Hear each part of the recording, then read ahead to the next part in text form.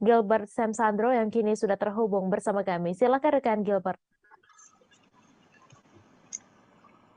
Iya, baik nih. Pemerintah Kabupaten Tangerang memberikan penghargaan kepada salah satu pemain tim nasional Indonesia U16 yang kemarin berhasil menjuarai perhelatan AFF U16 2022 kemarin, di mana pemain tersebut ialah Muhammad Ridho Aliksan yang merupakan warga Kota Bumi yang pemuda asal Kota Bumi yang lahir di Pasar Kemis Kabupaten Tangerang. Atas keberhasilannya Ridho mengantarkan timnas Indonesia menjadi juara, pemerintah Kabupaten Tangerang pun melalui Bupati Tangerang Ahmed Zaki Iskandar memberikan penghargaan berupa sejumlah uang tunai, kemudian ada juga beasiswa untuk bersekolah, serta peralatan penunjang untuk Ridho dalam bermain sepak bola sendiri seperti sepatu, baju, dan lainnya. Dan Bupati Tangerang Ahmed Zaki Iskandar mengatakan bahwasanya penghargaan tersebut diberikan kepada Ridho untuk memberikan aplaus atau memberikan selamat kepada Ridho yang telah juara Indonesia, terlebih membawa nama Kabupaten Tangerang sendiri di kancah internasional khususnya Asia Tenggara. Selanjutnya Ahmed Zaki Iskandar juga menyampaikan bahwasanya Ridho masih memiliki perjalanan karir yang cukup panjang, di mana saat ini masih berada di timnas U16 dan diharapkan bisa menunjang kualitas fisik dan stamina-nya hingga ke level timnas senior nanti. Dan Zaki meminta dukungan seluruh masyarakat Kota Kabupaten Tangerang untuk dapat memberikan apresiasi terhadap Ridho yang telah berhasil mengantarkan Indonesia sendiri saat itu juara di Piala AFF 2022 kemarin. Dan dari Muhammad Ridho Aliksan menanggapi pemberian dari Bupati Tangerang, Ridho menyampaikan terima kasihnya terhadap Ahmed Zaki Iskandar yang telah memberikan perhatian kepada atlet-atlet asal Kabupaten Tangerang. Ia juga mengharapkan pemberian penghargaan tersebut tidak hanya diberikan kepada atlet-atlet sepak bola, di mana sepak bola ini sendiri merupakan olahraga yang cukup menjadi familiar, tapi juga Ridho mengharapkan atlet lain dapat mengalami nasib serupa ataupun penghargaan yang sama dari pemerintah, perhatian yang sama dari pemerintah daerah Kabupaten Tangerang. Kedepannya Ridho pun meminta seluruh doa dari dukungan dari masyarakat Kabupaten Tangerang untuk dirinya yang saat ini telah mendapat rekrutan dari salah satu klub Indonesia di Liga 1 yaitu Borneo FC. Dan dia juga mengharapkan penampilan dapat terus maksimal sesuai dengan harapan dari Bupati Tangerang Ahmed Zaki Iskandar. Demikian yang dapat sampaikan.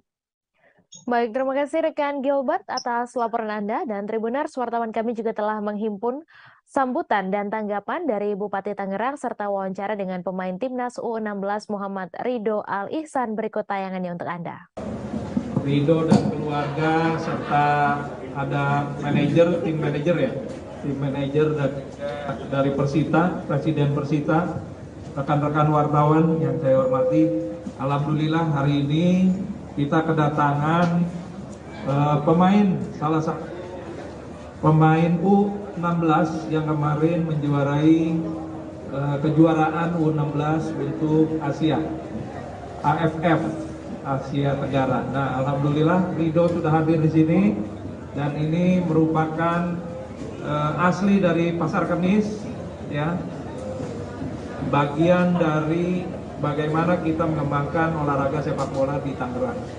Jadi tentu saja satu kebanggaan kami bahwa putra Tangerang bisa mewakili Indonesia di kancah internasional. Tepuk tangan buat Ridho dan menjadi MVP yang paling baik. Sekali lagi kami ucapkan terima kasih, dan karena sebentar lagi udah mau pertandingan, ini ada dari uang saku dari KONI Kabupaten Tangerang sebagai penghargaan. Ya. Semoga ini bisa menjadi sesuatu motivasi buat saya buat lebih baik lagi. Jadi Borneo FC kan kasih beasiswa ya sampai kuliah. Mungkin kan sudah ada rencana ke depan mau jadi pemain profesional atau mau lanjutkan pendidikan atau seperti apa sih? Mungkin ada mimpi lain selain jadi sepak bola.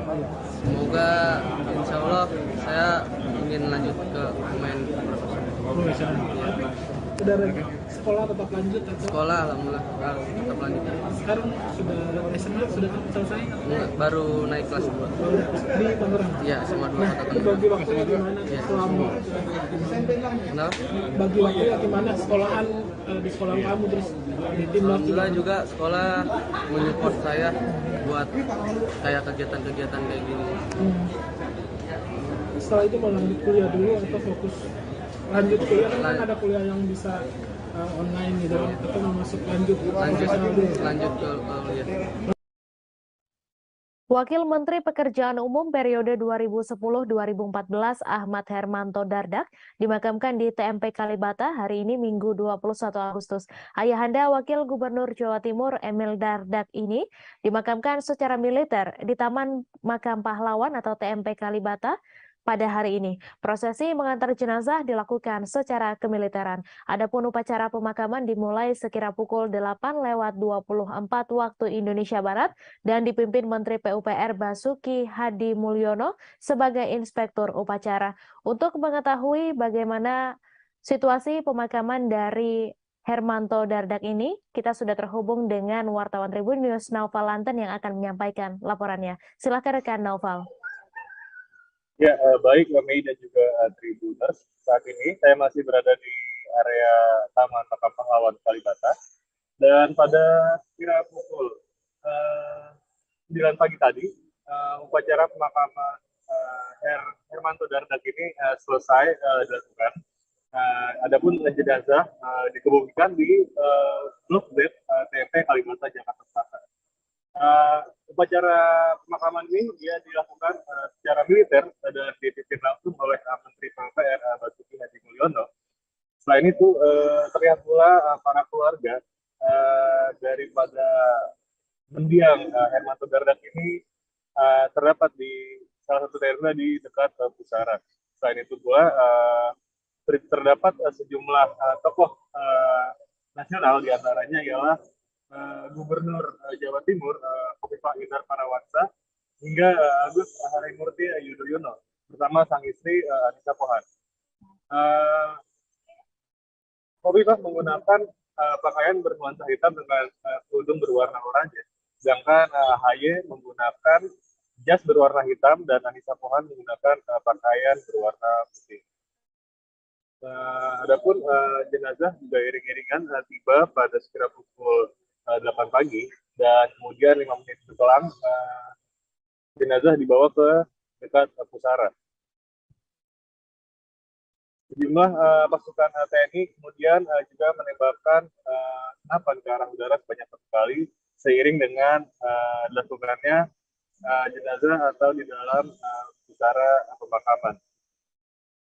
Untuk diketahui, media juga Tribuners Wakil Menteri PUPR periode 2010-2014 Hermanto Dardak ini tutup usia pada usia 65 tahun setelah mengalami kecelakaan lalu lintas di jalan tol Pemalang Batang kilometer 341 400 pada Sabtu 8 Agustus kemarin sekitar pukul 3:30. Kecelakaan terjadi saat mobil yang ditumpangi Hermanto Dardak menempuh perjalanan masuk dari gerbang tol Kalikangkung. Kecelakaan juga diduga akibat supir Innova mengantuk sehingga menabrak bagian truk yang ada di depannya. Dan demikian Mei dan juga Tinder. Baik, terima kasih rekan Naufal atas laporan Anda. Selamat bertugas kembali. Ridwan Kamil melayat ke rumah duka Hermanto Dardak di Kompleks Bina Marga Duren Sawit, Jakarta Timur pada Sabtu 20 Agustus. Gubernur Jawa Barat itu tiba di rumah duka sekitar pukul 20:21 waktu Indonesia Barat. Kang Emil mengenakan kemeja biru dibalut jaket hitam lengkap dengan kopiah hitam. Ridwan Kamil mengenang ayah Emil Dardak sebagai pemikir yang luar biasa dalam bidang pekerjaan umum. Terlebih Hermanto dipercaya menjadi Wakil Menteri Pekerjaan Umum dan Penataan Ruang periode 2009-2014. Untuk informasi selengkapnya akan disampaikan langsung oleh wartawan Warta Kota Indri Fahra Febrina yang kini sudah terhubung bersama kami. Silakan rekan Indri. Ya, terima kasih rekan Mei. Selamat siang tribunnews.com. Seperti diketahui, Wakil Menteri PUPR periode 2010-2014, Hermanto Dardak tutup usia pada hari Sabtu tanggal 20 Agustus 2022. Sejumlah tokoh berkunjung ke rumah duka Hermanto Dardak yang berada di Kompleks Bina Marga 2, Duren Sawit, Jakarta Timur. Salah satu di antaranya yaitu Gubernur Jawa Barat Ridwan Kamil. Di mata Ridwan Kamil, Hermanto Dardak adalah sosok yang luar biasa. Terlebih Ridwan Kamil dan Hermanto Dardak sudah saling mengenal saat saat sebelum Ridwan Kamil menjabat sebagai Wali Kota Bandung dan juga Gubernur Jawa Barat. Ridwan Kamil melihat Hermanto Dardak adalah sosok yang kalem dan pembawaannya menenangkan. Menurut dia, Hermanto Dardak adalah pejuang pemikir yang mendedikasikan ilmunya demi pembangunan bangsa. Ia pun menyetujui jika Hermanto Dardak dimakamkan di Taman Makam Pahlawan Kalibata.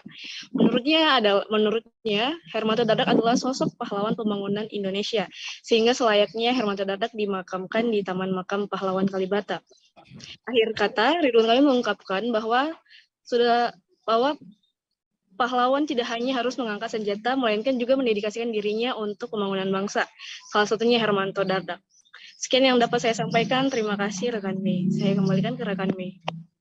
Baik, terima kasih rekan Indri atas laporan Anda, dan Tribuners, wartawan kami juga telah menghimpun wawancara dengan Gubernur Jawa Barat Ridwan Kamil. Berikut tayangannya untuk Anda. Atas nama pribadi, keluarga, dan masyarakat Jawa Barat, kami mengaturkan rasa duka cita yang mendalam ya, karena Pak Hermanto Dardak ini kan sosok luar biasa, kebetulan orang tua dari sahabat kami sama-sama Emil, kalau itu Mas Emil Dardak, saya Kang Emil. Tapi juga Pak Hermanto ini tokoh di ITB dulu, tempat kami sekolah ya, jadi sesama alumni. Profil beliau kan di puncak karirnya juga orang yang luar biasa pengambil keputusan di bidang kepeuan, menjadi wakil menteri ya di zaman Pak SBY tadi. Jadi kami sangat kehilangan dan mendoakan keluarganya tadi diberi kekuatan, kesabaran. Saya ikut mensolatkan tadi, mendoakan juga, apalagi perasaan itu masih hadir ya untuk saya pribadi dan saling menguatkan. Kebetulan juga ujian kepada keluarga Mas Emil ini luar biasa. Sebelumnya kan adiknya juga berpulang ya, namanya Erwin juga. Jadi saya betul-betul ya, menguatkan tadi. Dan sudah selayaknya juga dimakamkan di Taman Makam Pahlawan. Karena bangsa yang besar adalah bangsa yang menghargai jasa pahlawan ya. Dan pahlawan itu definisinya tidak harus selalu perang gitu ya. Jasa-jasanya terukur dalam memajukan satu persatu kemajuan yang saya kira itu. Oh, keterdannya Pak.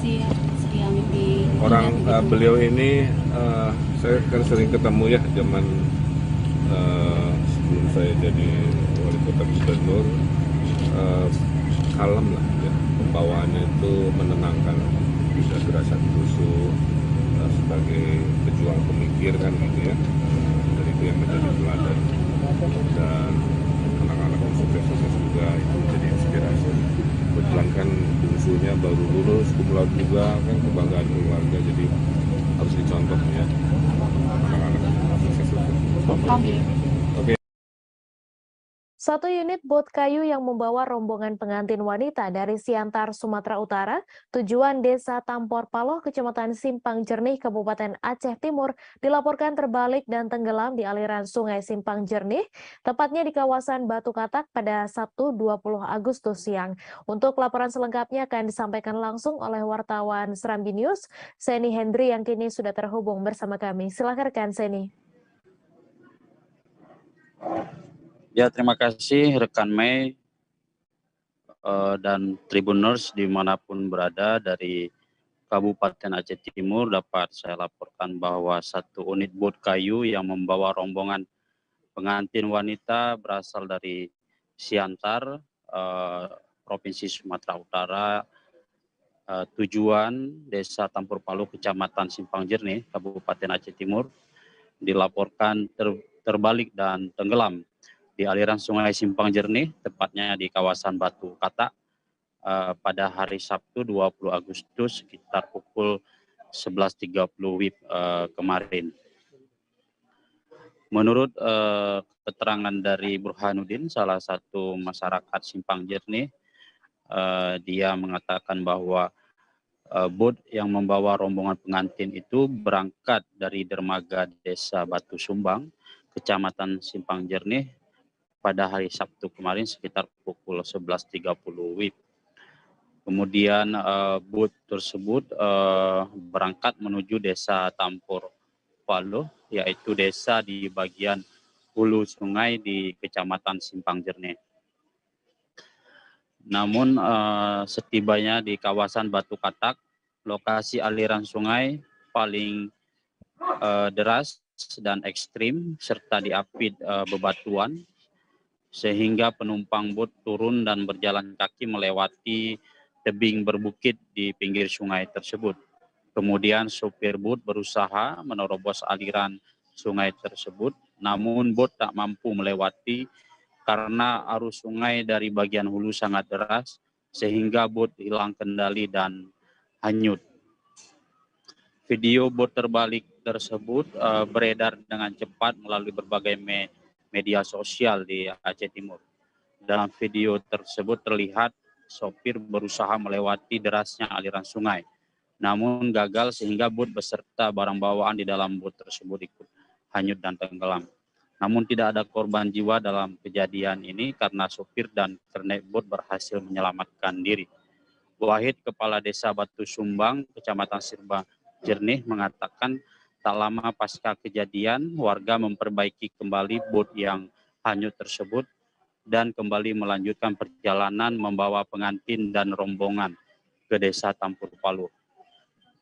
Pasca kejadian ini, Kepala Desa Wahid berharap kepada pemerintah dan dinas terkait untuk membangun jalan penghubung antar desa di kecamatan di daerah pedalaman tersebut, agar kejadian serupa tidak terjadi lagi yang berisiko menimbulkan korban jiwa.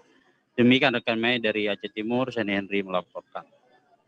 Baik, terima kasih rekan Seni Henry atas laporan Anda. Selamat bertugas kembali. Kita beralih ke informasi selanjutnya, Tribuners. Harga telur ayam di beberapa lokasi di Kabupaten Empat Lawang, Sumatera Selatan, setelah sebelumnya terpantau turun, saat ini kembali mengalami kenaikan harga. Jika sebelumnya harga per karpet atau per 30 butir telur ayam di Kabupaten Empat Lawang Rp48.000 hingga Rp50.000, saat ini telah naik. Untuk informasi selengkapnya akan disampaikan langsung oleh wartawan Tribun Sumsel, Sahri, yang kini sudah terhubung bersama kami. Silakan rekan Sahri. Terima kasih rekan Mei dan juga pemirsa di sini. Untuk harga telur di Kabupaten Empat Lawang, pemirsa, terpantau naik setelah sebelumnya sempat turun. Berdasarkan pengecekan kami di beberapa kecamatan yang ada di Kabupaten Empat Lawang, jika sebelumnya telur itu sempat turun ke harga Rp48.000 hingga Rp50.000 per karpet ataupun per 30 butir, rata-rata untuk dari kemarin hingga hari ini harga telur di Kabupaten Empat Lawang per 30 butir atau per karpet kembali naik. Seperti di Kecamatan Tebing Tinggi saat ini harga telur per karpetnya itu ada di harga Rp54.000 jika sebelumnya Rp50.000. Tidak hanya di Kecamatan Tebing Tinggi, di kecamatan lainnya juga seperti di Kecamatan Muara Pinang dan Kecamatan Pendopo, harga telur itu mulai dari Rp53.000 hingga Rp54.000 hingga Rp55.000 per karpetnya, di mana sebelumnya masih terpantau Rp48.000 hingga Rp50.000. Berdasarkan hasil wawancara saya dengan beberapa pedagang, dikatakan memang kenaikan harga telur ini memang barang baru, stok baru begitu. Kalau untuk harga kemarin itu barang lama. Itu kami. Baik, terima kasih rekan Sahri atas laporan Anda. Selamat bertugas kembali. Kekosongan kursi pelatih Persis Solo sepeninggalan Jackson F. Tiago tidak berlangsung lama. Pasalnya, manajemen Persis Solo telah memutuskan sosok pelatih sementara. Mereka mempromosikan Rasiman sebagai pelatih sementara Persis Solo. Artinya, Eko Purjianto yang sebelumnya menjadi asisten pelatih Jackson tidak akan naik posisi. Untuk laporan selengkapnya akan disampaikan langsung oleh wartawan Tribun Solo, Adi Surya, yang kini sudah terhubung bersama kami. Silahkan rekan Adi. Ya, baik rekan Mei, selamat siang untuk Tribuners sekalian. Saya Didra Samudra dari Tribun Solo akan melaporkan terkait sosok pengganti Jackson F. Tiago selepas mundur dari Persis Solo.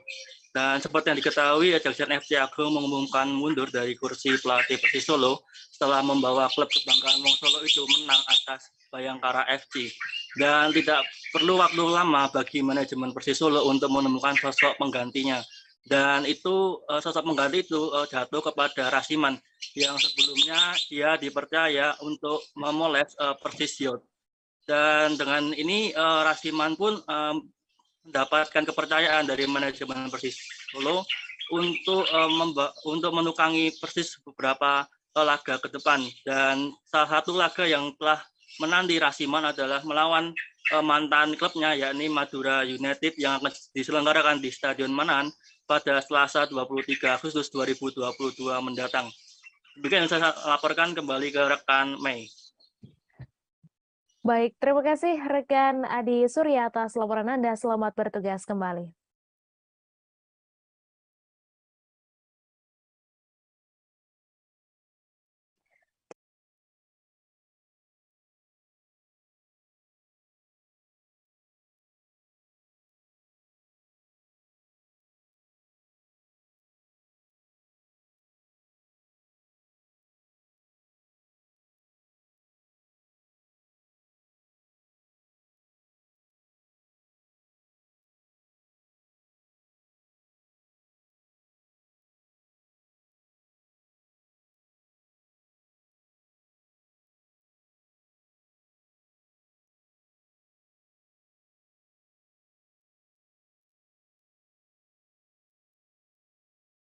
Adanya pandemi COVID-19, semua aktivitas masyarakat dibatasi, apalagi aktivitas yang kumpul-kumpul banyak.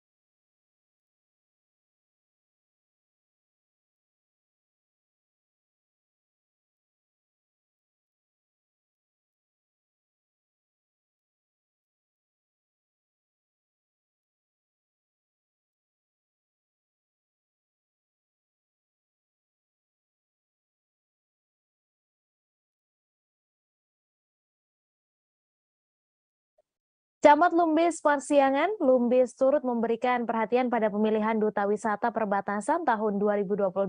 Pemilihan Duta Wisata Perbatasan tahun 2022 sendiri telah diselenggarakan oleh Dinas Kebudayaan Pariwisata Pemuda dan Olahraga Kabupaten Nunukan di Gor Dwi Kora. Dari 30 peserta, 20 diantaranya masuk sebagai finalis Duta Wisata Perbatasan 2022. Dari 20 finalis tersebut, 5 diantaranya merupakan peserta dari Lumbis Parsiangan. Untuk informasi selengkapnya akan disampaikan langsung oleh wartawan Tribun Kaltara, Febrianus Felis, yang kini sudah terhubung bersama kami. Silakan rekan Felis. Baik, Mei dan Tribuners, dapat saya laporkan bahwa mulai kemarin hingga malam tadi berlangsung kontes pemilihan Duta Wisata Perbatasan tahun 2022. Dan untuk kecamatan yang ikut sendiri ada dari Kecamatan Nunukan, Nunukan Selatan, dan juga Pulau Sebatik. Dan terakhir yang berada di ujung perbatasan yaitu dari Lumbis Parsiangan. Pemilihan Duta Wisata Perbatasan tahun 2022 ini setiap tahun diselenggarakan oleh Dinas Kebudayaan Pariwisata Pemuda dan Olahraga Kabupaten Nunukan. Dan tahun ini dilaksanakan di Gor Dwi Kora dengan peserta ada sebanyak 30 orang dan 20 diantaranya masuk finalis Duta Wisata Perbatasan tahun 2022.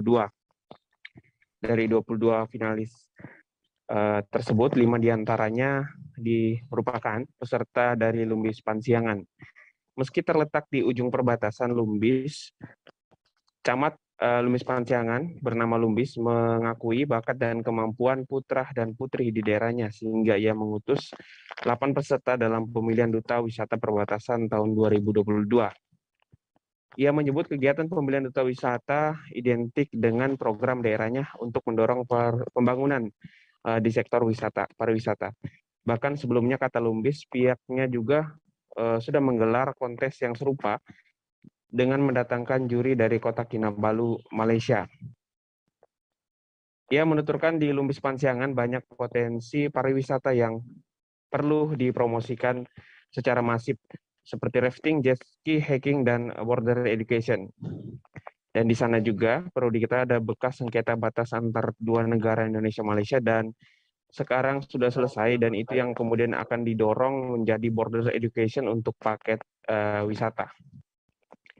Lumbis juga menyampaikan peserta pemilihan duta wisata dari Lumbis Pansiangan menampilkan batik khas daerah budaya seperti Agabak, dan dia berharap kepada pemerintah daerah agar mendorong motif batik daerah yang lainnya selain Lulanta Tibu yang kini dikenal di masyarakat Kaltara. Tanya itu, Lumbis juga berharap agar kontes pemilihan duta wisata ini tidak hanya berakhir jadi sang juara, melainkan harus ditindaklanjuti secara serius oleh dinas terkait sehingga dapat mendorong pembangunan pariwisata di Kabupaten Nunukan sebagai industri perekonomian.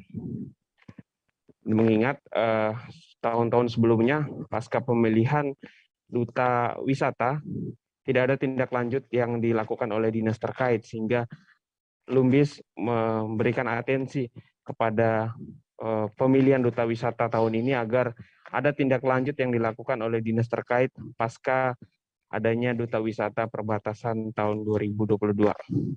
Demikian laporan sementara dari Nunukan, Kalimantan Utara. Felix kembali ke Medi Studio. Terima kasih rekan Felix atas laporan Anda, dan Tribuners, wartawan kami juga telah menghimpun wawancara dengan Camat Lumbis Pansiangan. Berikut tayangannya untuk Anda.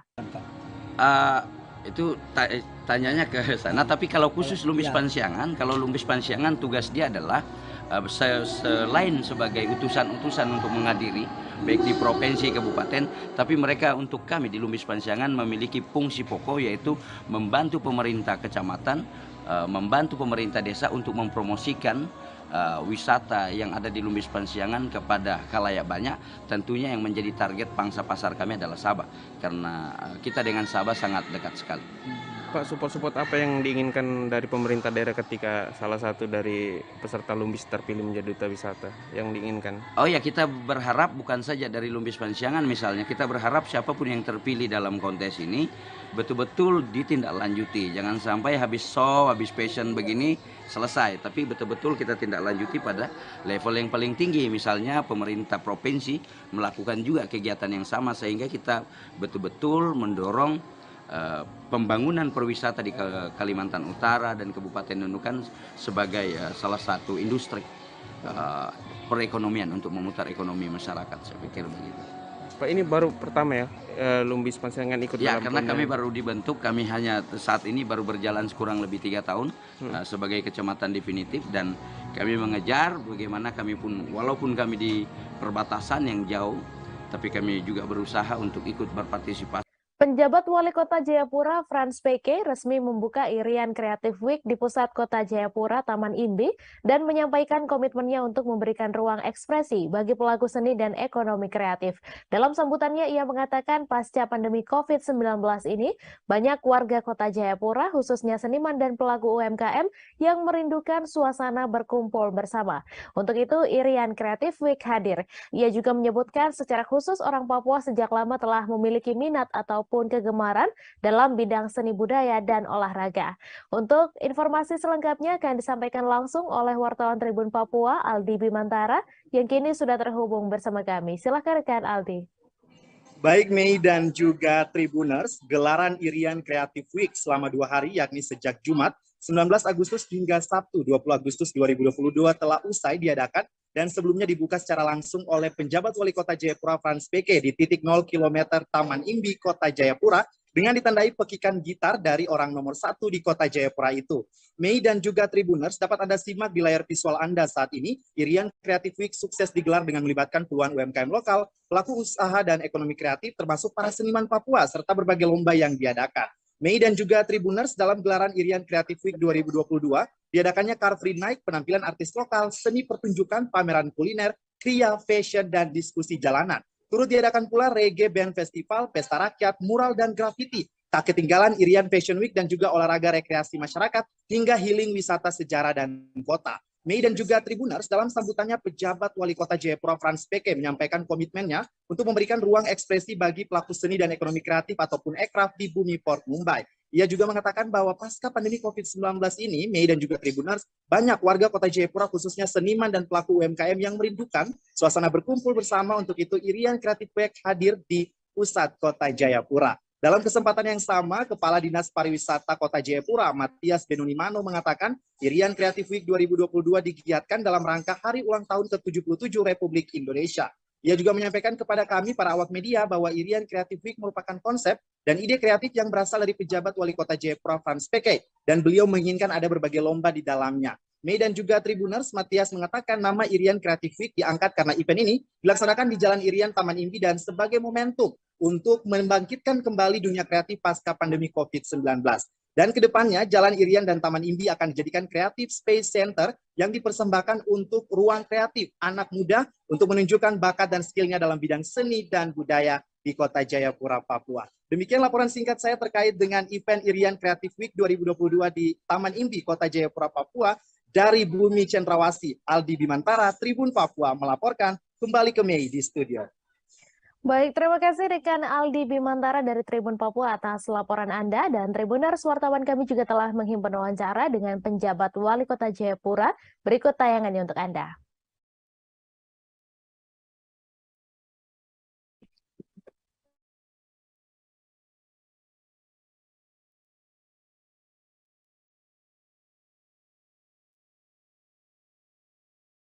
Adanya pandemi COVID-19, semua aktivitas masyarakat dibatasi, apalagi aktivitas yang kumpul-kumpul banyak orang. Nah, sehingga menimbulkan sebuah kerinduan untuk kita semua bagaimana membangkitkan semangat itu kembali. Setelah terhenti sejenak dari sisi ekonomi, kreatif, kemudian juga dari sisi kemajuan budaya dan lain sebagainya. Nah, karena itu kami berinisiasi untuk kita membangkitkan kembali semangat untuk masyarakat Kota Jayapura. Salah satunya melalui event yang kita selenggarakan pada hari ini dan juga besok yang akan berlangsung. Kita ketahui bahwa orang Papua itu pada umumnya lebih banyak punya hobi adalah pada bidang olahraga dan juga bidang seni dan budaya, juga bidang-bidang yang lainnya. Nah, karena itu kita dorong membangkitkan kembali dan juga terus melestarikan nilai-nilai dan seni budaya, tarian. Thrifting atau membeli pakaian bekas yang masih layak dipakai kini telah banyak digandrungi masyarakat, khususnya kaum muda, untuk mencari baju-baju dan celana dengan motif vintage. Di Jakarta sendiri Anda bisa menemukan barang-barang thrift yang unik dan juga kekinian. Salah satunya di Pasar Senen di Jakarta Pusat. Bagi pecinta thrifting, Pasar Senen merupakan tempat legendaris dan bukanlah tempat baru untuk mendapatkan barang-barang vintage. Untuk informasi selengkapnya terkait jalan-jalan ke Pasar Senen untuk mencari thrifting, kita sudah terhubung bersama wartawan Warta Kota, Yolanda Putri Dewanti, yang kini sudah terhubung bersama kami. Silakan rekan Yolanda. Baik, Mei, terima kasih. Selamat siang Tribuners. Memang Pasar Senen sudah terkenal dengan store-store thrifting dan sudah terkenal menjadi tempat legendaris untuk mendapatkan barang-barang jadul begitu. Ditemui wartakotalive.com, Purnama selaku pedagang di Blok 3 mengaku dirinya bersyukur tahun ini usahanya jauh lebih ramai jika dibandingkan tahun lalu. Pria asal Tasikmalaya ini juga sebelumnya dia membuka store thrifting mulai dari tahun 2019 atau saat pandemi COVID-19. Ia mengaku tertarik dengan usaha thrifting, yang dimana ia dapat menjual 100.000 dapat mendapatkan 3 buah jenis celana jeans dengan ukuran apa saja.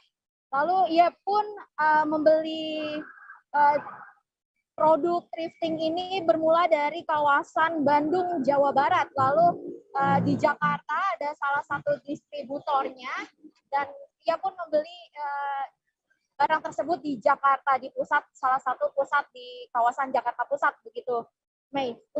Selain itu, selain harga 100.000 mendapatkan 3 buah celana jeans, ia juga terkadang membandrol barang-barang overall mulai dari 10.000 saja. Jadi bagi Tribuners yang memang ingin mencari barang-barang jadul ataupun barang-barang bekas yang masih layak untuk dipakai, bisa langsung datang ke Pasar Senen untuk melakukan thrifting.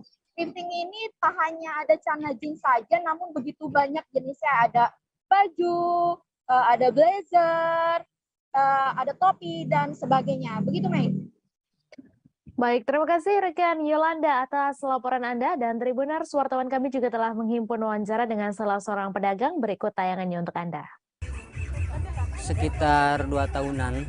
Sekitar 2 tahun lalu? 2 tahunan, sekitar 2 tahunan lah. Itu tuh setelah pandemi apa pas sebelum pandemi dagangnya? Pas pandemi awal tuh, mulai pandemi. Mulai pandemi. Kenapa kerja. Bang akhirnya kepikiran buat jualan thrifting? Kalau untuk kerja di dunia pakaian itu satu ilmu, kalau untuk saya pribadi ilmunya itu ilmu dagangnya dulu, berpikir kalau untuk berpikir panjang untuk jual untuk berjual beli itu gitu nggak monoton, nggak di sini aja, bisa di mana-mana. Yang penting satu ilmunya, yang kedua baru berpikir kita modalnya gimana gitu. Sebelumnya Bang dagang apa kerja? Kalau sebelumnya saya kerja pernah dagang di apa namanya tuh? Oh, dagang kios kayak gitu, kios rokok. Terus kalau ini akhirnya ngumpulin modal, terus memberanikan diri. Sama teman biasa gitu. Saling bantu gitu ya. Tidak banyak yang tahu bahwa di Jalan Selorojo, Kelurahan Lowokwaru, Kecamatan Lowokwaru, Kota Malang, berdiri sebuah monumen perjuangan. Bahkan kisah perjuangan yang menjadi alasan didirikannya monumen itu nyaris dilupakan, bahkan bisa dibilang tidak dikenal sama sekali. Monumen itu berada di Jalan Selorojo, Kecamatan Lowokwaru, dan terletak persis di pinggir rumah warga. Bentuknya sangat sederhana dengan 4 tiang bendera merah putih berdiri di samping kiri dan kanan monumen tersebut. Untuk informasi selengkapnya akan disampaikan langsung oleh wartawan Tribun Jatim, Kukuh Kurniawan, yang kini sudah terhubung bersama kami. Silakan rekan Kukuh. Ya, rekan Mei, bisa saya jelaskan. Menurut pemerhati sejarah Kota Malang, Agung Buwana mengatakan bahwa 2 pejuang itu alasan didirikannya 2 monumen tersebut karena untuk menghormati jasa dari 2 pejuang yang bernama Warsito dan Samino, dan dua pejuang ini merupakan anggota dari pasukan O atau biasa dikenal sekarang sebagai pasukan Umbaran Angkatan Laut Republik Indonesia, atau yang sekarang dikenal sebagai Korps Marinir TNI Angkatan Laut. Jadi kejadiannya menurut Agung Buwana, kejadiannya itu bermula setelah tanggal 19 Januari tahun 1948. Saat itu 2 pejuang tersebut bersama rekan-rekannya berjalan dari ke arah Jalan Lejen Sutoyo, Kota Malang, dan di kawasan wilayah Lowokwaru tersebut mereka ini berpapasan dengan pasukan Belanda dari arah depan, dan 2 pejuang dan rekan-rekannya ini langsung kontak tembak dengan pasukan Belanda tersebut. Beberapa pasukan Belanda yang tertembak oleh pasukan Indonesia ini pun sendiri langsung membalas tembakan dari pejuang tersebut dan langsung memukul mundur para pejuang itu. Dan karena jumlah senjatanya lebih lengkap dan lebih memadai, akhirnya pasukan Belanda ini pun mengejar pejuang Belanda dan pejuang Indonesia, dan pejuang Indonesia itu pun kabur ke berbagai arah. Dan 2 orang ini dan 2 pejuang ini kenal dengan lingkungan sekitar di wilayah tersebut. Namun karena pasukan Belanda lebih banyak jumlahnya, dan akhirnya bisa melakukan pengepungan di wilayah tersebut dan menangkap 2 pejuang, yaitu Warsito dan Samino tersebut. Kedua pejuang Warsito dan Samino ini sendiri tertangkap di Jalan Selorojo, Kota Malang. Dan pada awalnya pasukan Belanda tidak tahu kalau 2 pejuang itu terlibat kontak tembak atau tidak. Namun saat dilakukan penggeledahan, ternyata ditemukan 2 pucuk pistol yang masih tercium bau mesiunya. Langsung pasukan Belanda langsung mengetahui bahwa 2 pejuang tersebut sempat melakukan kontak tembak dengan pasukan Belanda. Dan akhirnya pasukan Belanda pun langsung mengeksekusi mati 2 pejuang tersebut di lokasi tertangkapnya itu. Dan untuk mengenang jasa dari kedua pejuang tersebut, maka didirikanlah monumen tersebut. Namun menurut Agung Buwana tidak tahu catatan sejarah tentang dimakamkannya dari pejuang tersebut. Dan hingga saat ini pihak sejarawan Kota Malang masih berusaha mencari di mana letak dari makam kedua pejuang tersebut. Begitu rekan Mei. Baik, terima kasih rekan Kukuh atas laporan Anda. Selamat bertugas kembali. Kita beralih ke informasi selanjutnya Tribuners. Festival Merah Putih digagas oleh masyarakat di Lorong 8, Kecamatan Madidir dan Karang Taruna, Kelurahan Madidir Ure, dan Madidir Weru, Kecamatan Madidir, Kota Bitung pada Sabtu 21 Agustus. Menampilkan berbagai kegiatan mulai dari kuliner dari UMKM, lomba tradisional, serta teater performance, zumba, musik performance, pesta rakyat, dan lainnya.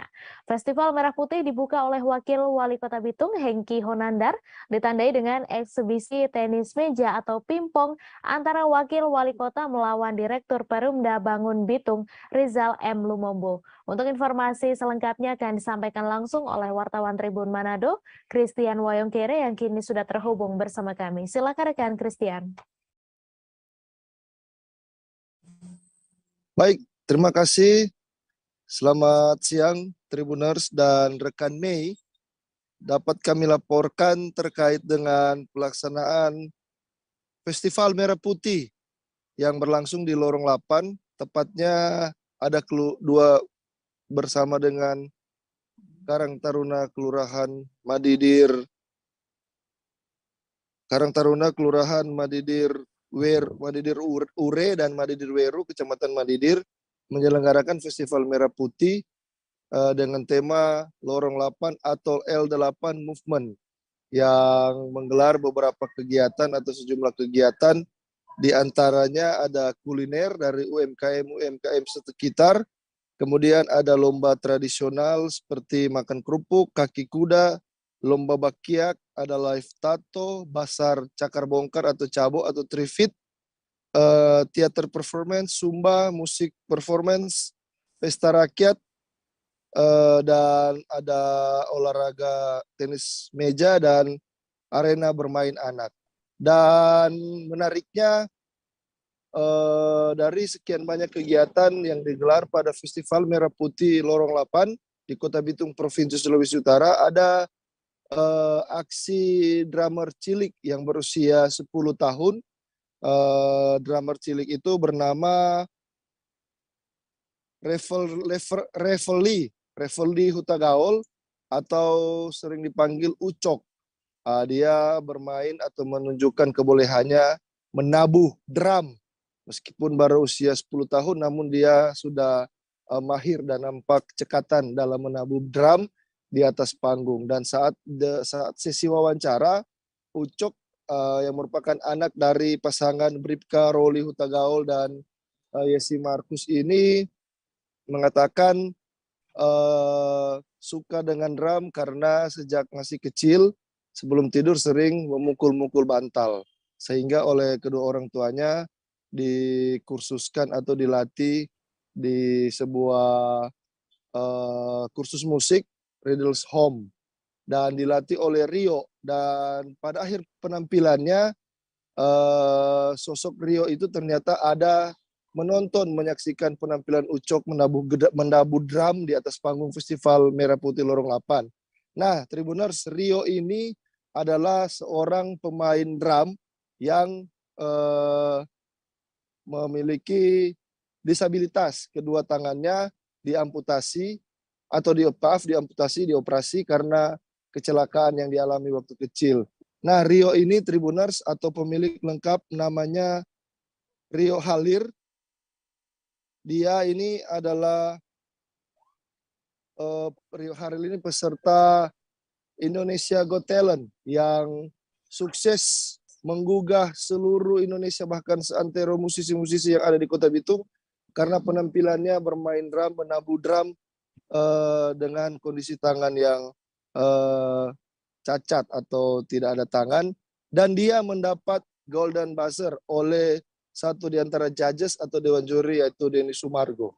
Dan pada momentum Festival Merah Putih, Rio juga diberi kesempatan atau didaulat untuk memberikan motivasi-motivasi ataupun inspirasi bagi generasi muda yang ada di Kota Bitung dan Provinsi Sulut terutama pada khususnya. Demikian rekan Mei dan Tribuners, laporan dari Kota Bitung. Selamat siang. Baik, terima kasih rekan Christian atas laporan Anda, dan Tribuners, wartawan kami juga telah menghimpun wawancara dengan Revel Hutagao serta pelatihnya. Berikut tayangannya untuk Anda. Teman-teman semua, terutama yang pemuda-pemuda atau yang mungkin masih mau cari jati diri, menyuruh orang berkarya sama-sama, orang kasih ini Bitung, kasih lebih terkenal sampai di seluruh dunia nih Bitung. Pokoknya mau sama-sama berkarya. Amin. Mari sama-sama berkarya, luar biasa. Terima kasih untuk Rio dan Revel. Thank you, sukses men, sukses ya. Berapa lama Revel latihan? Sekitar 5-6 bulan. 5-6 bulan. 5-6 bulan dan baru ini naik panggung besar. Iya. Oke, tepuk tangan ya Festival Merah Putih. Terima kasih untuk Festival Merah Putih akhirnya memberikan panggung untuk anak-anak muda berkreasi. Ini betul-betul masih anak-anak. Anak muda. Nah, 6 bulan itu Revel latihan di mana dan bagaimana di kesulitan? Ya, siapa yang latih? Kak Rio. Kak Rio. Gedung kesenian. Latihan di gedung kesenian. Oh, berarti ini Revel dengan Riddle Som ya? Dengan Riddle Som. Tapi Kak Riddle mungkin masih di Jakarta dengan Kak Rio. Rio ada balik, tapi kayaknya dia semifinal di bulan Oktober kalau nggak salah. Oke. Nah, setelah 2 tahun warga tidak dapat memperingati Hari Kemerdekaan dengan berbagai event, akhirnya kali ini warga Kecamatan Sako, Palembang menggelar berbagai perlombaan. Salah satunya adalah perlombaan parade sepeda hias. Lomba ini disambut hangat oleh warga, dilihat dari antusias warga yang turut serta memeriahkan event ini. Terdaftar sebanyak 367 warga yang turut serta memeriahkan parade sepeda hias ini. Untuk informasi selengkapnya akan disampaikan langsung oleh wartawan Tribun Sumsel, Anissa, yang kini sudah terhubung bersama kami. Silakan rekan Anissa. Iya, baik Mei. Jadi selama 2 tahun di Palembang banyak sekali daerah yang tidak dapat mengadakan event-event untuk memperingati Hari Kemerdekaan. Namun saat ini salah satunya di Kecamatan Sako yang ada di Kota Palembang dapat mengadakan berbagai lomba. Nah, salah satu lombanya itu yaitu lomba hias parade sepeda hias. Bisa dilihat di layar banyak sekali sepeda-sepeda yang dihias oleh para peserta bertemakan bendera merah putih. Hiasannya itu bervariasi, dimulai dari rumbai-rumbai berwarna merah putih, balon, dan bahkan ada salah satu sepeda yang dibuat dengan salah satu gambar Garuda Pancasila di depan sepedanya. Nah, untuk parade kali ini juga diketahui sebelumnya bahwa terdapat 367 peserta, baik dari itu anak-anak, perempuan, dan laki-laki. Jadi semua kalangan masyarakat mengikuti perlombaan ini.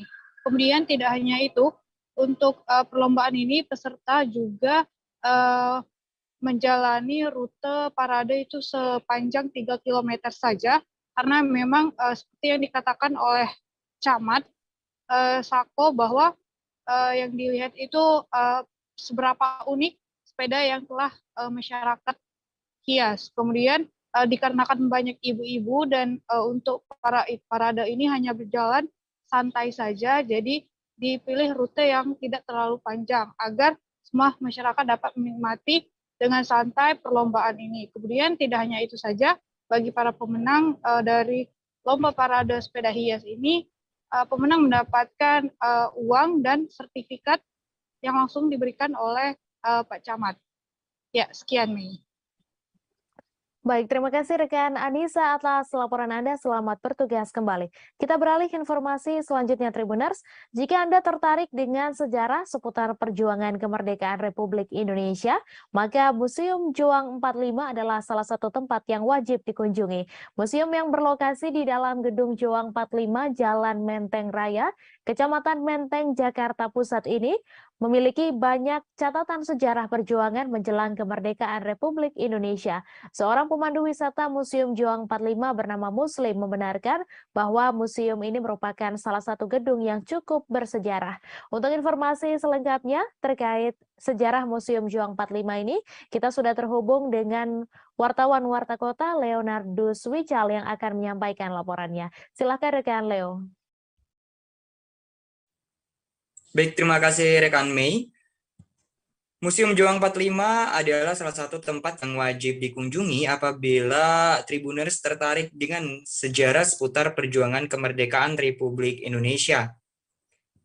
Museum yang berlokasi di dalam Gedung Juang 45, Jalan Menteng Raya 31, Kecamatan Menteng, Jakarta Pusat ini banyak menyimpan catatan sejarah perjuangan jalan kemerdekaan Republik Indonesia. Seorang pemandu wisata Museum Juang 45, Muslim, membenarkan bahwa Museum Juang 45 merupakan salah satu gedung yang cukup bersejarah. Gedung di Museum Juang 45 ini sendiri dibangun oleh Belanda, namun pada saat itu dipakai oleh pemuda-pemudi Indonesia untuk melakukan pergerakan persiapan kemerdekaan Indonesia. Muslim menceritakan untuk sejarah Museum Juang 45 sendiri dahulu merupakan milik seorang warga keturunan Arab, dan kawasan Menteng pada tahun 1926 masih termasuk kota Batavia, di mana perdagangan berkembang dan maju sangat pesat. Banyak para pejabat tinggi baik dari Eropa dan pribumi datang ke kota Batavia pada saat pemerintahan masih dipegang oleh Hindia Belanda.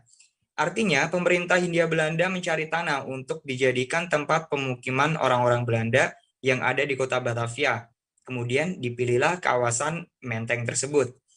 Muslim mengatakan bahwa kawasan Menteng pada saat itu masih berupa hutan, namun hutan yang cukup asri. Karena kawasan Menteng masih dimiliki oleh orang Arab dan orang-orang Belanda, ada rencana untuk membangun sebuah pemukiman, maka dibelilah kawasan Menteng oleh orang-orang Belanda dari tangan orang Arab. Pada tahun 1930, kawasan Menteng dibeli oleh pemerintahan Hindia Belanda, kemudian dibangun untuk dijadikan perumahan elit oleh orang-orang Belanda di kota Batavia. Namun, kemudian ada seorang pengusaha Belanda, dia membuat sebuah gedung yang untuk dijadikan hotel pada saat itu, gedungnya yang sekarang menjadi Museum Juang 45. Muslim menceritakan ketika pertama kali dibangun untuk dijadikan hotel, namanya adalah Hotel Skumper. Nama tersebut diambil dari nama pemiliknya sendiri. Pada saat itu, Hotel Skumper merupakan salah satu hotel terbaik yang ada di kota Batavia. Namun pada tahun 1942, pada saat Jepang datang, Hotel Skumper diambil alih oleh Jepang. Tidak hanya Hotel Skumper yang diambil, menurut penuturan Muslim, seluruh aset-aset Belanda mulai dari perumahan, perkantoran, hotel, semuanya diambil alih oleh Jepang.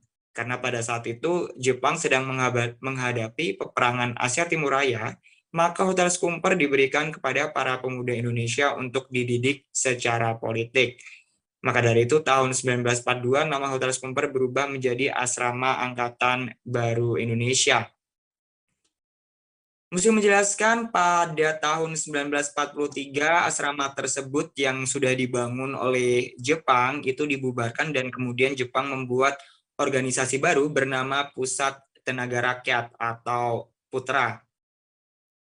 Saat itu gedung tersebut ditetapkan menjadi salah satu gedung sejarah pada tahun 1972 saat serah terima dari pemerintahan Hindia Belanda kepada pemerintahan Provinsi DKI Jakarta untuk kemudian direnovasi dan tepat pada tanggal 19 Agustus 1974 Presiden Soeharto dan Gubernur Ali Sadikin meresmikan gedung yang telah direnovasi tersebut menjadi Museum Juang 45. Demikian informasi, kembali kepada rekan Mei di studio. Terima kasih rekan Leonardo atas laporan Anda. Selamat bertugas kembali. Kita beralih ke informasi selanjutnya Tribuners. Di wilayah Lonjong Ngampin Ambarawa, Kabupaten Semarang, terdapat makanan tradisional khas daerah setempat bernama serabi ngampin. Menurut warga setempat, serabi yang benar-benar asli dan tradisional sejak zaman nenek moyang dulu adalah sajian serabi tanpa kuah. Mereka kembali melestarikan dan menyelenggarakan acara untuk memperkenalkan kembali kue tradisional tersebut beberapa waktu lalu.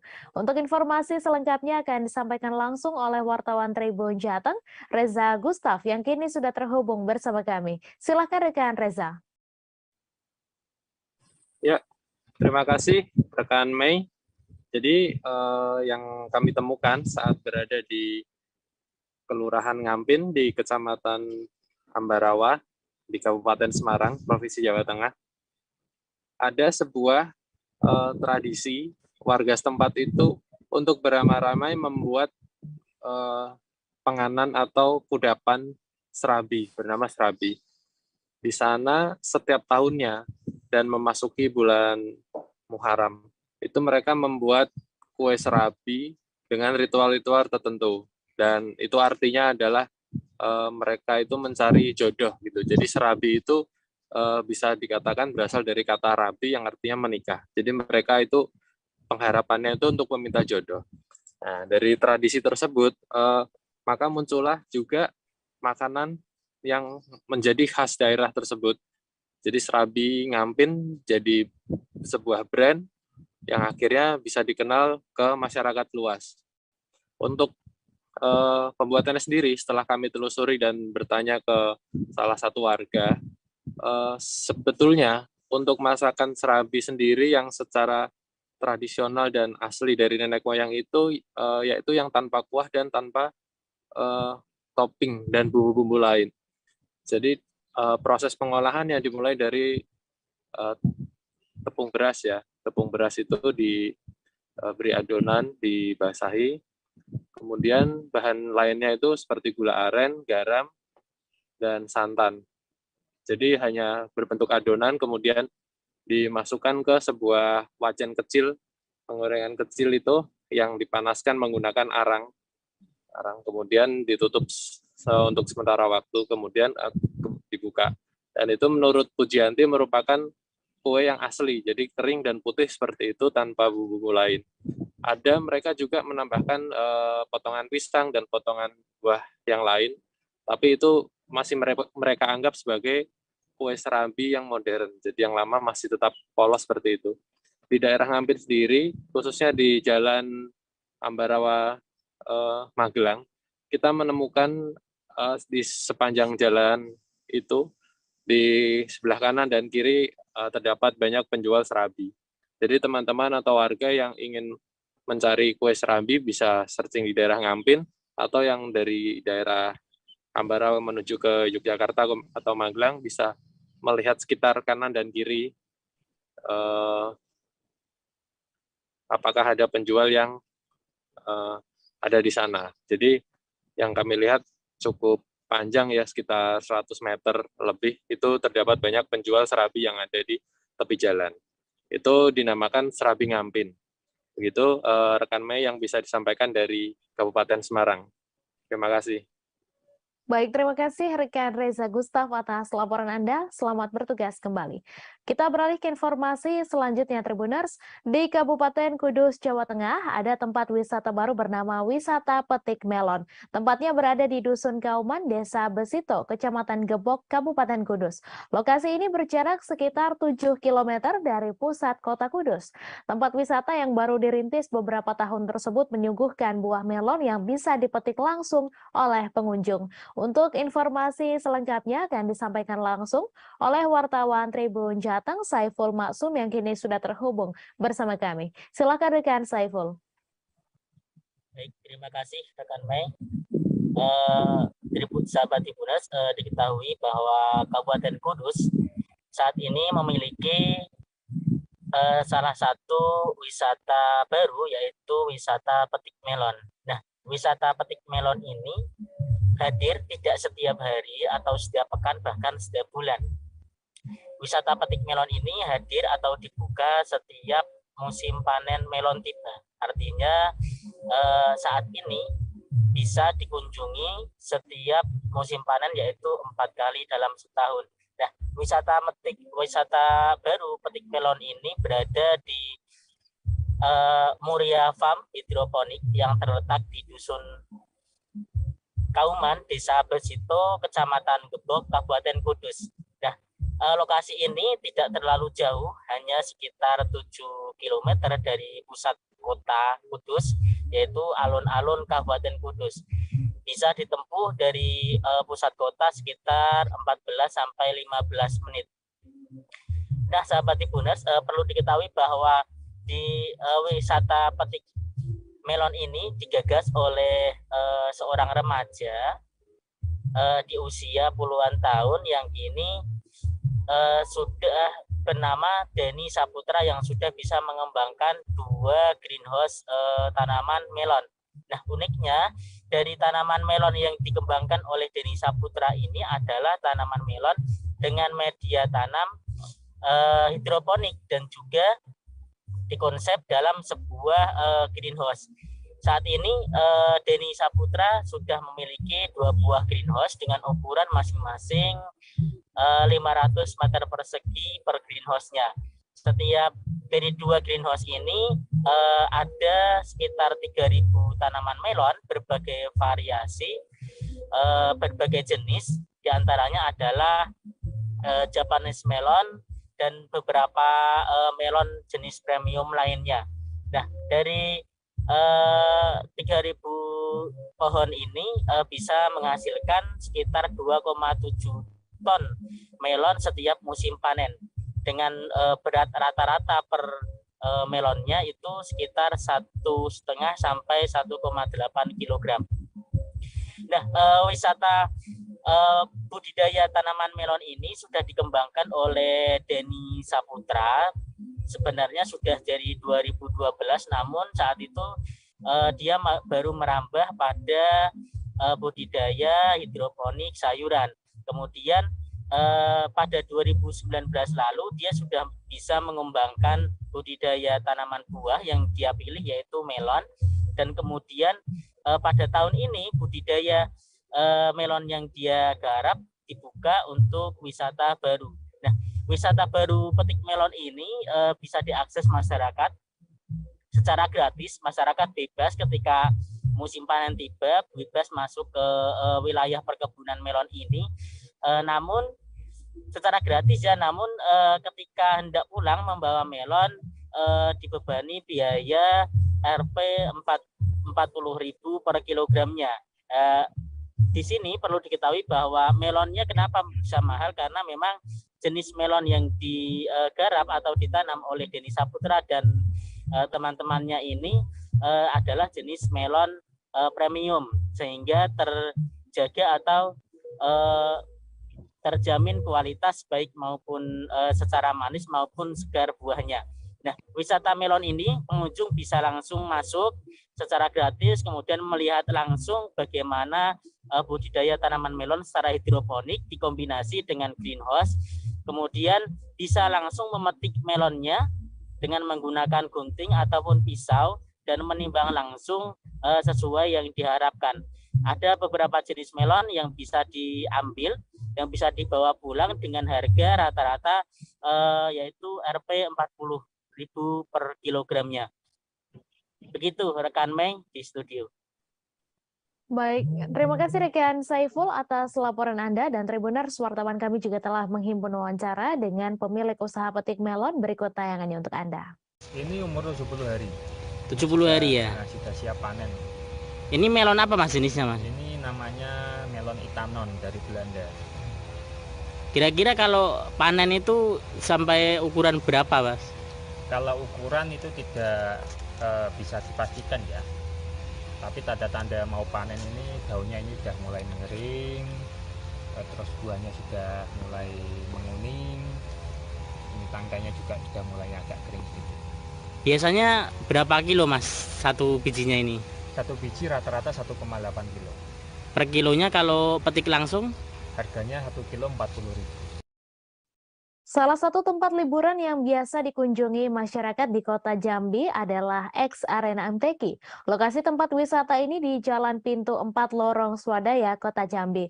Lokasinya dekat dengan Bandara Sultan Taha Jambi dan Kebun Binatang Taman Rimbo Jambi. Pada kawasan ini terdapat deretan anjungan rumah adat dari kabupaten atau kota di Provinsi Jambi, mulai dari anjungan rumah adat Kerinci, Kota Jambi, Batanghari, Bungo, Merangin, dan Tanjung Jabung Barat. Untuk informasi selengkapnya akan disampaikan langsung oleh wartawan Tribun Jambi, Fitri Amalia yang kini sudah terhubung bersama kami. Silakan rekan Fitri. Terima kasih rekan Mei.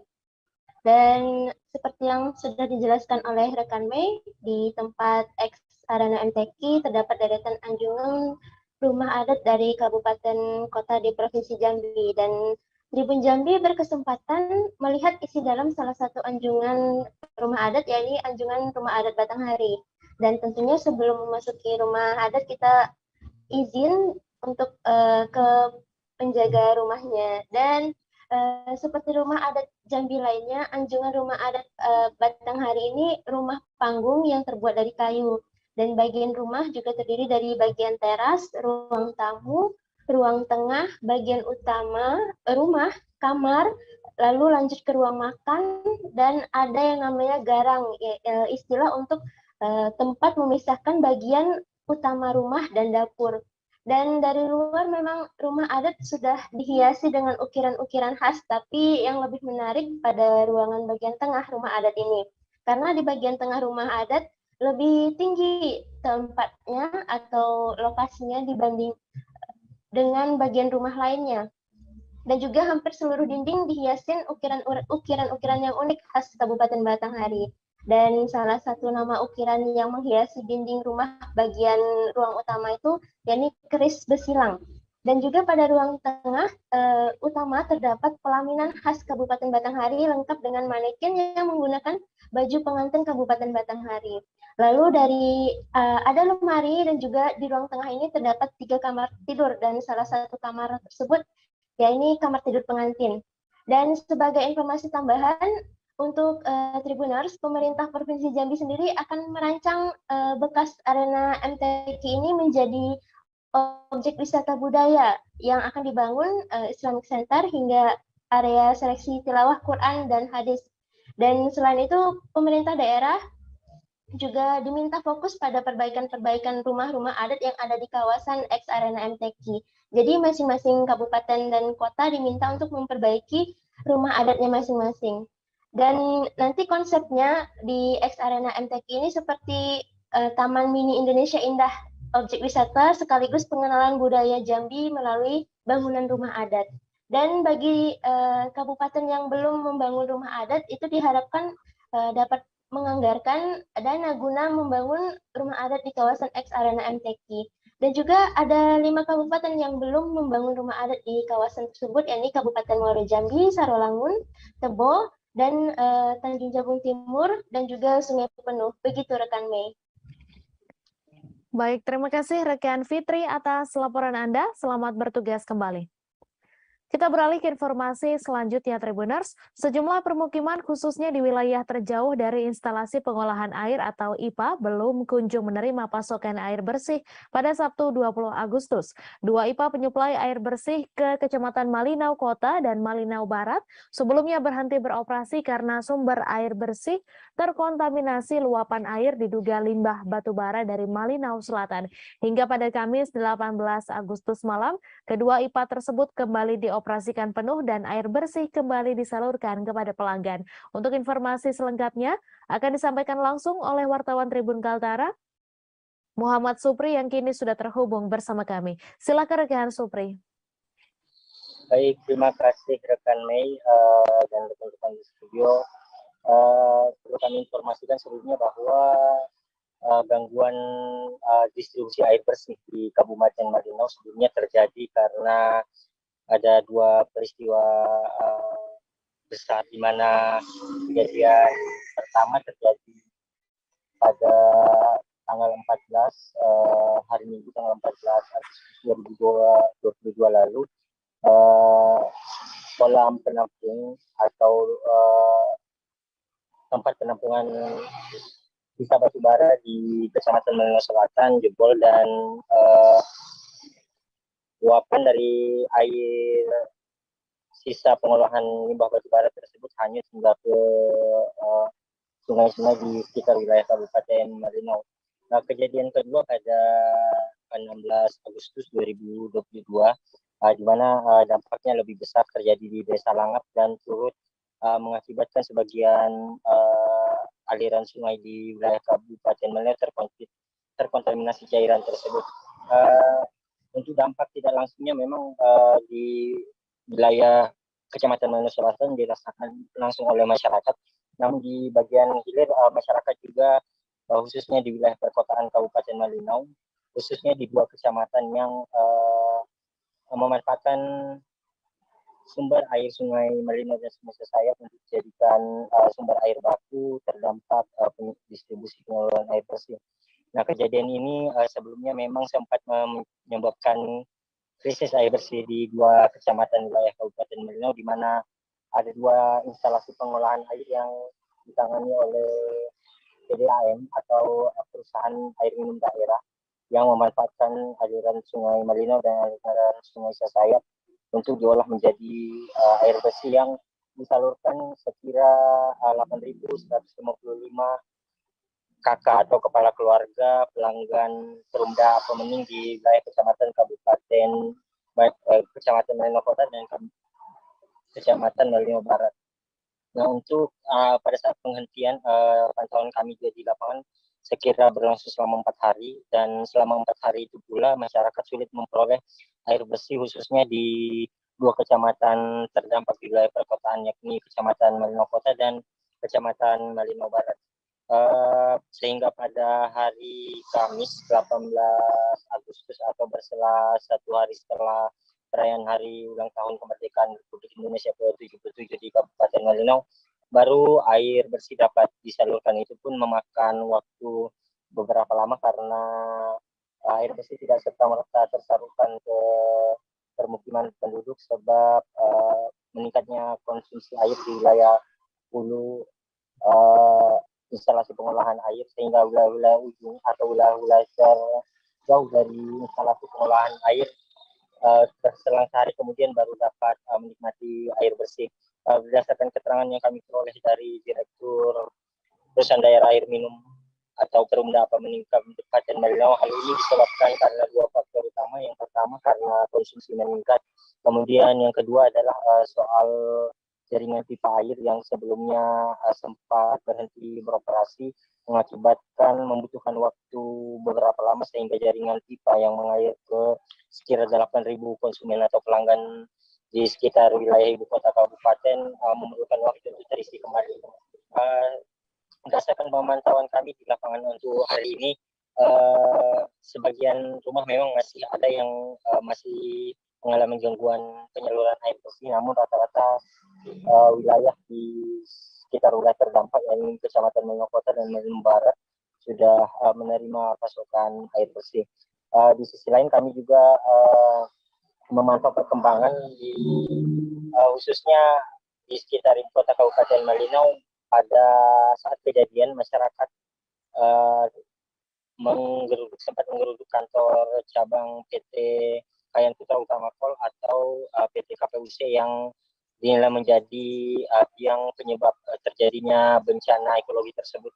Hingga saat ini pemerintah daerah Kabupaten Malino termasuk dari pihak perusahaan masih menginventarisir jumlah kerugian yang timbul, khususnya dampak langsung dan dampak tidak langsung yang dialami seperti terputusnya perbekalan air bersih selama 4 hari di wilayah Kabupaten Malino. Hingga saat ini dampak langsung yang diterima berdasarkan hasil pendataan tim gabungan yang dibentuk bersama OPD dan pihak perusahaan mendata untuk kejadian kedua di Desa Langap, Kecamatan Malino Selatan, sekira ada 5 kakak terdampak dan 4 buah hunian yang rusak akibat kejadian tersebut. Namun untuk dampak tidak langsung seperti kekurangan air bersih, dampak-dampak kesehatan dan hilangnya mata pencaharian khususnya bagi nelayan di wilayah Kabupaten Malino, khususnya yang beroperasi di sekitar aliran Sungai Sesayap dan Sungai Malinau berjumlah ribuan orang atau belasan ribu orang.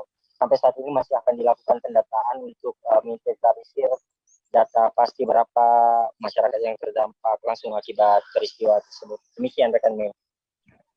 Terima kasih Rikan Supri atas laporan Anda, dan Tribuners, wartawan kami juga telah menghimpun wawancara dengan Bupati Malinau. Berikut tayangannya untuk Anda.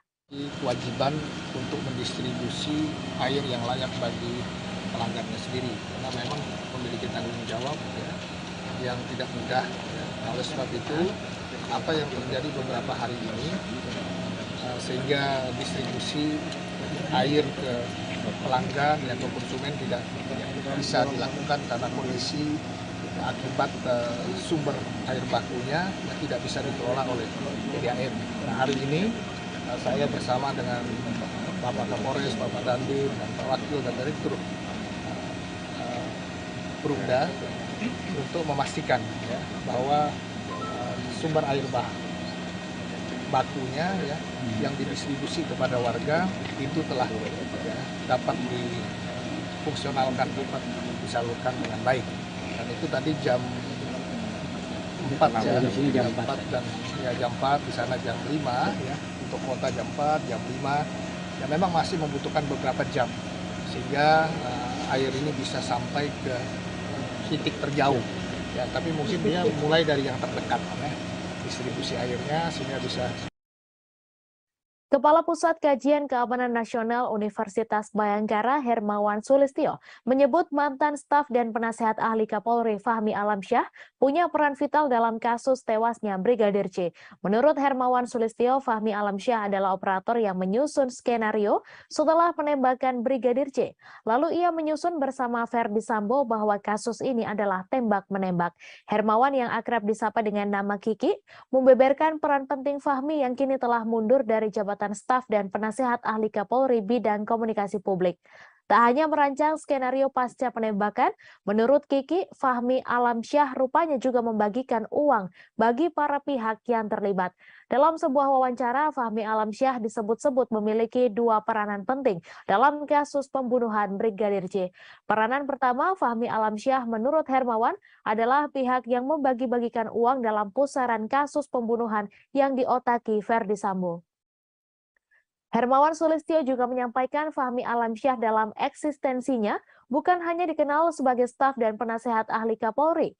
Lebih dari itu, Hermawan Sulistyo mengatakan Fahmi Alamsyah bahkan dikenal kerap membagi-bagikan uang. Dikonfirmasi apakah uang yang dibagi-bagikan Fahmi Alamsyah berasal dari Irjen Verdi Sambo, Hermawan mengaku tidak tahu dari mana asal-usul uang yang dibagikan oleh Fahmi Alamsyah ke sejumlah pihak.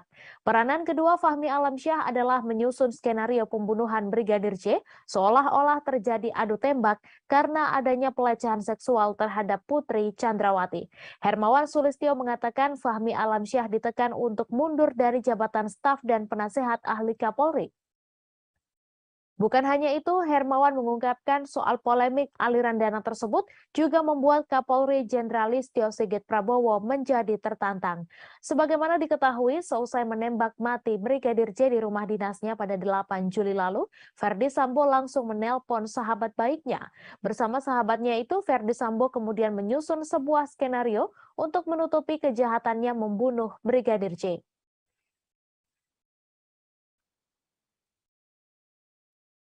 Kuasa hukum Brigadir J Kamarudin Simanjuntak menyebut ajudan Verdi Sambo berinisial D sering melakukan hasutan kepada mantan Kadif Propam Irjen Verdi Sambo sehingga memicu pertengkaran dengan Putri Chandrawati, istrinya. Kamarudin mengatakan hasutan yang dilakukan oleh ajudan berinisial D ini berupa memprovokasi Verdi Sambo, Putri Chandrawati, dan ajudan lainnya terhadap Brigadir Yosua Huta Barat. Salah satu caranya memprovokasi seperti dengan menyebut bahwa Brigadir J memakai parfum yang sama dengan yang dipakai Putri Chandrawati. Selain itu, ia juga menghasut Verdi Sambo seolah mendiang Brigadir J membocorkan rahasia pada Putri Chandrawati sehingga memicu pertengkaran antara Sambo dengan Putri. Kamarudin menyebut informasi tersebut diketahuinya lewat bukti yang dimilikinya berupa percakapan via WhatsApp. Namun terkait apakah bukti percakapan itu berupa chat atau rekaman telepon, Kamarudin tidak menjelaskan lebih lanjut. Pada kesempatan yang sama, Kamarudin mengaku belum puas terhadap penetapan 5 tersangka dalam kasus pembunuhan Brigadir J ini. Ia pun menginginkan Polri juga menetapkan ajudan berinisial D ini ditetapkan sebagai tersangka. Sebagaimana diketahui, Polri telah menetapkan 5 tersangka dalam kasus pembunuhan Brigadir J, yaitu Ferdi Sambo, Barada Richard Eliezer, Bribka Riki Rizal, Kuat Ma'ruf, dan Putri Chandrawati. Adapun tersangka pertama yang ditetapkan adalah Baradae pada 3 Agustus lalu. Kemudian Baradae disangkakan dengan pasal 338 KUHP tentang pembunuhan, junto pasal 55 dan 56 KUHP dengan ancaman hukuman maksimal 15 tahun penjara. Sementara Ferdi Sambo, Bribka RR, dan Kuat Ma'ruf ditetapkan sebagai tersangka pada Selasa 9 Agustus lalu. Kapolri Jenderal Listio mengumumkan Ferdi Sambo berperan sebagai otak dari pembunuhan terhadap Brigadir J. Ia mengatakan Ferdi Sambo memerintahkan Baradae untuk menembak Brigadir J. Sementara Listio mengatakan Bribka RR turut menyaksikan proses penembakan kepada Brigadir J dan senjatanya digunakan untuk menembak. Kemudian terkait peran Kuat sehingga menjadi tersangka, Kabareskrim Polri Komjen Agus Andrianto mengungkapkan bahwa asisten rumah tangga Ferdi Sambo tersebut tidak melaporkan rencana pembunuhan kepada Brigadir J. Terakhir, istri Ferdi Sambo, Putri Chandrawati, juga telah ditetapkan sebagai tersangka pada Jumat 19 Agustus. Penetapan tersangka ini dilakukan setelah pihak kepolisian melakukan pendalaman. Putri Chandrawati sendiri dianggap sebagai saksi kunci dalam kasus pembunuhan Brigadir J, lantaran ia bersama Brigadir J sejak berada di Magelang, Jawa Tengah hingga pulang ke Jakarta. Bahkan Putri Chandrawati juga ada di lokasi kejadian ketika Brigadir J dieksekusi di rumah dinas Irjen Ferdi Sambo di Duren 3, Jakarta Selatan pada 8 Juli lalu.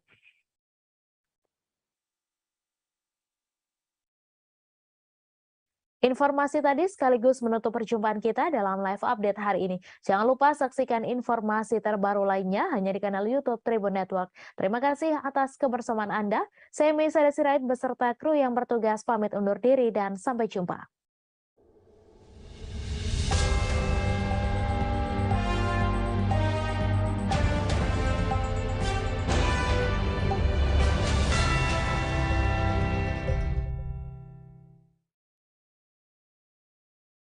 Jangan lupa like, subscribe, dan share ya!